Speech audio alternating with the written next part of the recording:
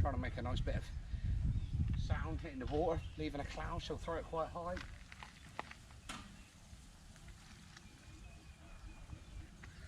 Somewhere near the float, hopefully. Not always. There was a lot of swirls there earlier, so yeah, we fancy it. It's still quite early in the day. Best to get the cup.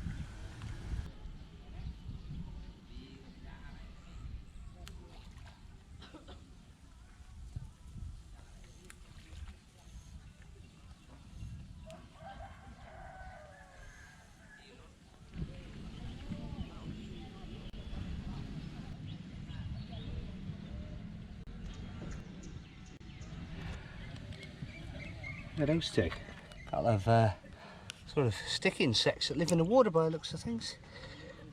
I think they're at it. You should give you a little nip there, can't they? Well, maybe not them ones. The water boatmans give you a bite, don't they? water boatmans do, yeah. We'll let them go. Little chaps. Oh, we've been fishing an hour and a half, I would have thought. A 2 rohu carp.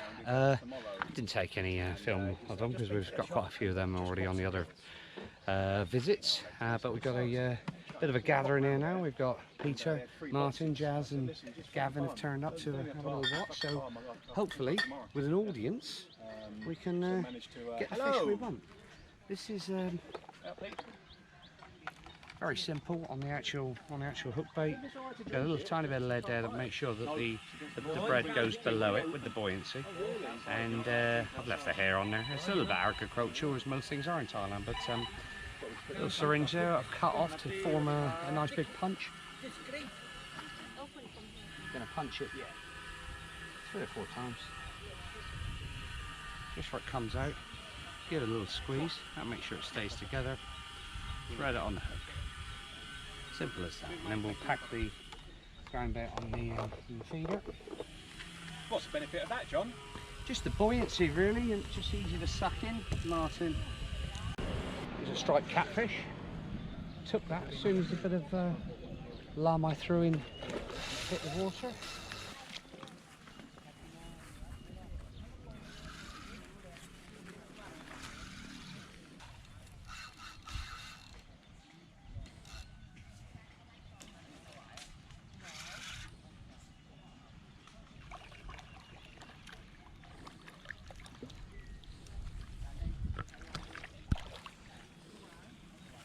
Striped catfish or bassawai. They are the cousin of the Mekong, so nice to see that we're catching a fish very similar to the sort of fish you want to catch. A lovely little fish, probably about £7. That's all right. Getting to that good time of day now, hopeful, feeling it. Let's let him go. Tell your big cousin.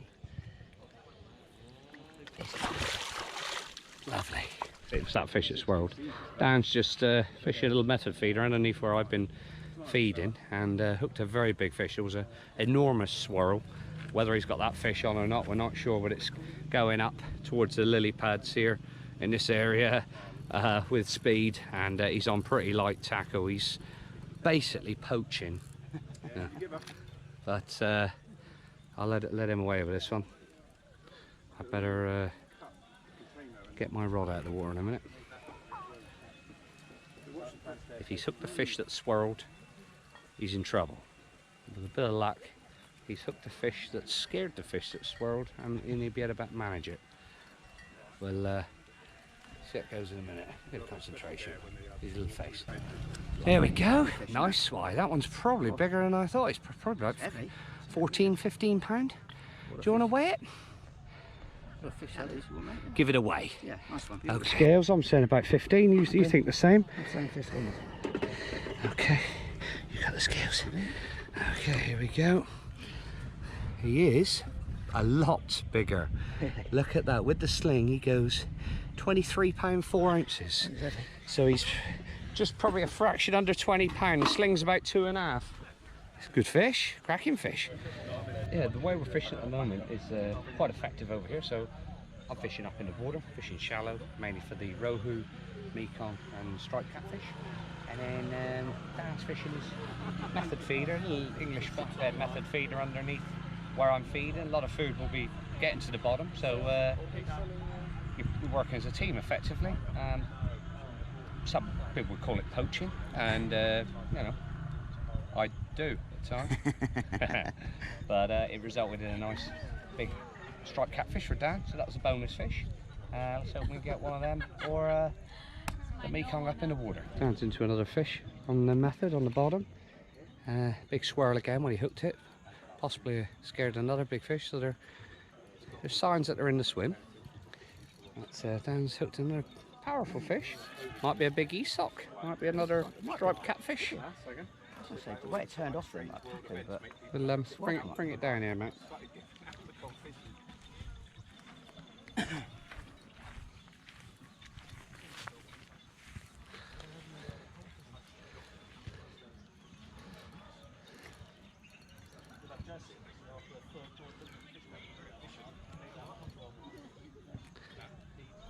One of the most natural. Oh no! Just about to say he's one of the most natural anglers I've ever seen. Winding with the wrong hand and holding the rod, but it works for him. Unfortunately, that one came off. lost it. But better luck next time. Yeah, never mind. All good. Well, we've hooked a good fish, and it was a hell of a take and a big swirl. And I'm pretty sure we're into the fish we came for. But I've got to be careful. Right, I'm gonna have to move down. I have to move. There's a lot of anglers. Where it comes from. I mean, they are old though. They're like fucking 6 or 8 years old.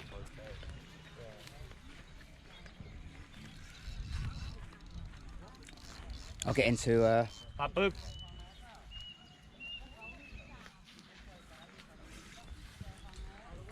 I'll get into net this one for you, John. Yeah. Long way off, yeah. Not sure if he's hooked fairly.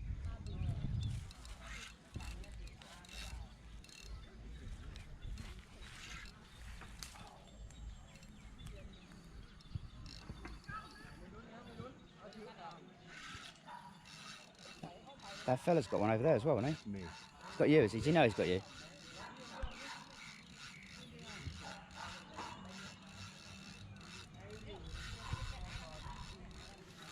Does he?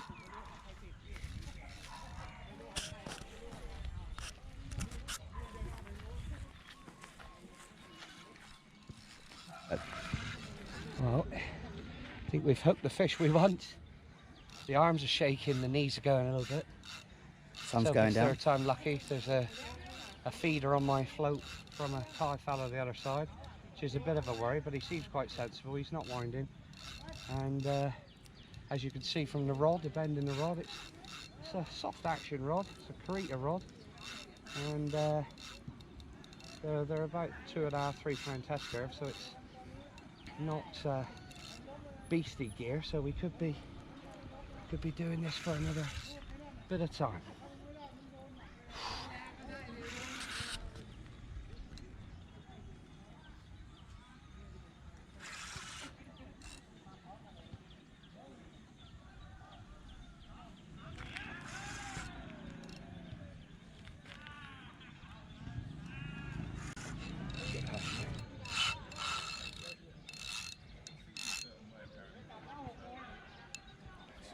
It's turned. Coming back towards me now.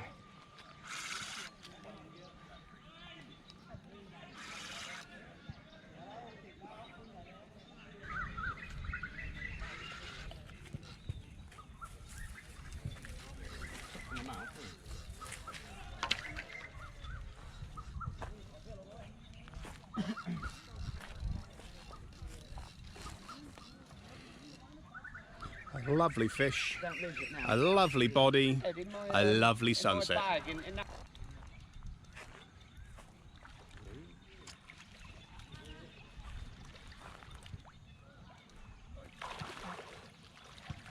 Okay. Well done, Dan. Nicely done. Classic Thai music in the background. There. Okay. Tubbs, can you read it? On the is inner one. 29 of the outside, 64 is that? Yeah. 64. Okay, lovely.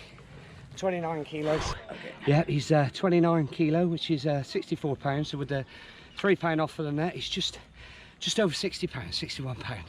That'll do. Always tricky to pick these boys up because they're, especially this one, he's still lively, and they've got quite a big spiny pectoral fin. What I like to do is, and I'll wait for him to settle down. What I like to do is bring my arm in front of the near pec, still lively, and then grab the far one. Okay, and then hopefully be able to get him like that. Oh, Can you come round a bit? that's it. Lovely. That'll Beautiful, do. mate. That's what we came for. There we go. Hang on, Terps. Ready? Go, go, go, go, go. Nice one, man. Show the crowd. See what they could have won. There he is. He's already. Let's give him a bit of oxygen before he comes back. Anyway, he's pretty lively anyway. Never hurts. I think he's going to be okay. See you later, mate. Well done. Get in. Well, it's time to pack up. Didn't have another cast after the Mekong. It was mission accomplished. Still shaking a little bit. Always a bit nervy for the camera, it seems. The sling's drying, done its job for the day, and it's lovely to finish on a fish like that. The change of tactics certainly seemed to work. The liquid lum landing in the water, that splash and that cloud going down. We had them there all day, and eventually one made a mistake. I've used the method to good effect with a spawn on the bigger waters like Palm Tree and Lex Fishing Park, and also I've thrown it out at places like Wasana, Siamese catfishing lakes in Udon, and several other waters. But it works really well if you're willing to work hard and you know, try and make something happen. Very often it does if you keep at it. Fantastic stuff. Thoroughly enjoyed it. Cheers.